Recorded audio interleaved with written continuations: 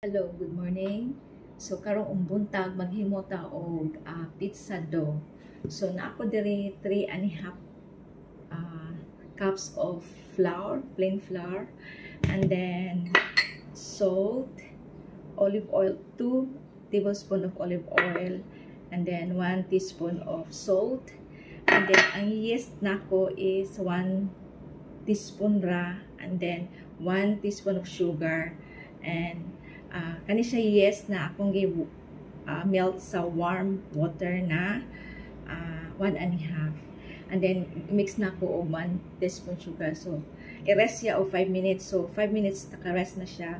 So karon nanata diri ato na ni siyang ibutang diri, and then atong i-mix together para mahimo ta og dough. So akong ipakita ninyo unya kung unsa nay mahitabo.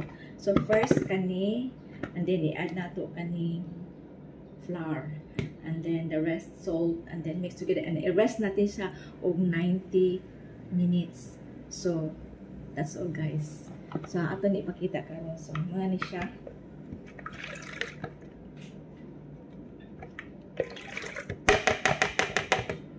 So mga ni atong himuon.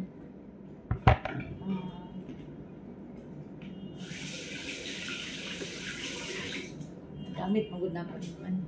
So ato na siyang i-mix ani. So mag-follow po ta sa atong instruction kay yate.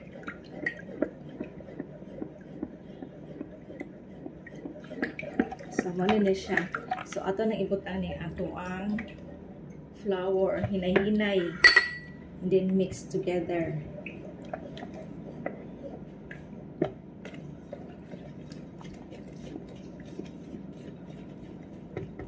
Hopefully mahimo ning perfect kay now this is my first time na gumawa ng pizza dough.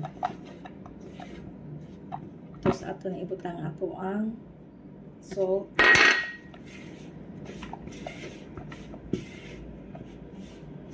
and then olive oil. See? Okay.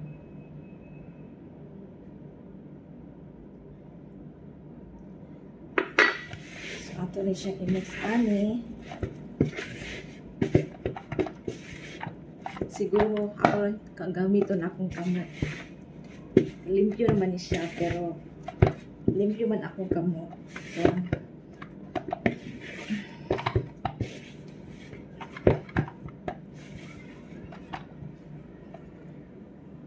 ato ni para buo siya.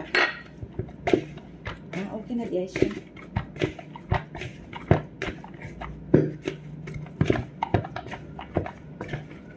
So ato ni siyang i-rest o 90 minutes. 90 minutes.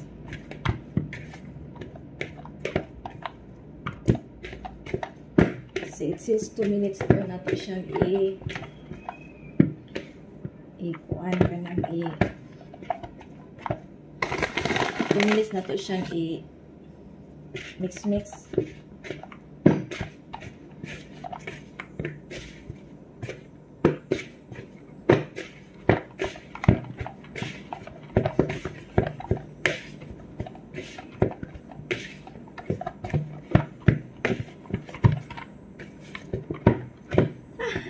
Nakapoy.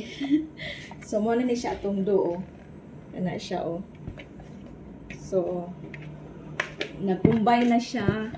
So ato ni siyang ipa-rest og 2 minutes, and then later i-form nato sa pizza base. Okay guys, thank you for watching.